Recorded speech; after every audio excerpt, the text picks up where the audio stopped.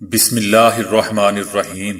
السلام علیکم دوستو، دنیا بھر کی صبح آنے والی خبروں میں آپ سنیں گے، لیکن اس سے پہلے اگر ہو سکے تو لائک، سبسکرائب اور بیل آئیکن کا بٹن ضرور دبا لیں۔ شکریہ۔ دنیا بھر میں ڈیجیٹل کرنسی کی دوڑ میں چائنا سب سے آگے۔ عالمی معیشت کو ابھی طویل اور کٹھن راستہ طے کرنا ہے۔ IMF۔ ٹویٹر اور فیس بک صدر ٹرمپ کے خلاف ایکشن میں۔ پیوٹن کے امیدوار کو شکست دے کر ایک خاکروب خاتون میئر کا انتخاب جیت گئی۔ عرب نوجوانوں کی اکثریت ملک چھوڑنا چاہتی ہے۔ 80 سال سے ہر انتخاب میں ووٹ ڈالنے والی 102 سالہ خاتون۔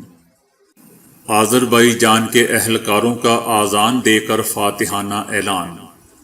امریکہ، جاپان، بھارت اور آسٹریلیا کا چین کے خلاف اتحاد۔ یورپی یونین کی اردوان حکومت پر سخت تنقید۔